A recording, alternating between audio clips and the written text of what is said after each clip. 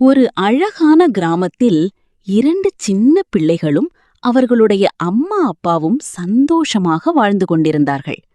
அந்த 2 பேரில் பெரியவளான அனு எப்போதும் ஒரு விஷயத்தையே நினைத்து கொண்டே இருப்பாள். எப்போடா வெக்கேஷன் வரும், நான் என் சித்தி வீட்டுக்கு சென்னை போவேன். அவளுக்கு சென்னை என்றாலே ஒரு கனவு உலகம். பெரிய கட்டிடங்கள், மால்கள், ஐஸ்கிரீம், புதிய உடைகள் எல்லாமே அவள் மனசில் ஓடிக்கொண்டே இருந்தது. ஒரு நாள் பள்ளி முடிந்ததும் அம்மா சிரித்து கொண்டு சொன்னாங்க, அனு, நாளையிலிருந்து உனக்கு வெக்கேஷன் ஆரம்பம்.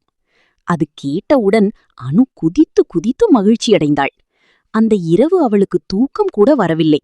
நாளை ரயில் பயணம், சித்தி வீட்டில் என்னென்ன பண்ணலாம் என்று நிறைய கனவுகள். அடுத்த நாள் காலை குடும்பம் எல்லாரும் ரயில்வே ஸ்டேஷனுக்கு போனார்கள். ரயில் சூ சூ என்று ஓட ஆரம்பித்தது. ஜன்னல் வழியாக வெளியே பார்த்து கொண்டே அனு பசுமையான வயல்கள், ஆறுகள், சிறிய வீடுகள் எல்லாம் பார்த்து மகிழ்ந்தாள். சென்னைக்கு சென்றதும் சித்தி, சித்தப்பா எல்லாரும் ரயில் நிலையத்தில் சந்தோஷமாக வரவேற்றார்கள். அனு ஓடிப்போய் சித்தியை கட்டிப்பிடித்தாள். அந்த வெக்கேஷன் முழுக்க அனுவுக்கு ஒரு கனவு மாதிரி இருந்தது. மால்களுக்கு போனார்கள், பெரிய ஹோட்டல்களில் சாப்பிட்டார்கள். ஐஸ்கிரீம், ஜூஸ், விளையாட்டு எல்லாமே அனுவுக்கு புதுசு. ஒரு நாள் சித்தி அவளை கடற்கரைக்கு அழைத்துச் சென்றார்கள். அங்கே அலைகள் வந்து அவள் கால்களை தொட்டது. அனு சிரித்து கொண்டே ஓடினாள்.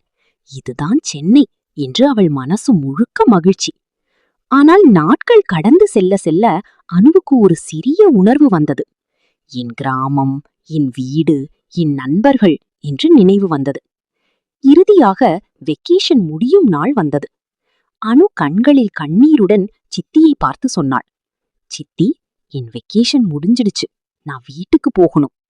சித்தியும் சிரித்து கொண்டே இருந்தாலும் உள்ளுக்குள் சோகமாக இருந்தார்கள்.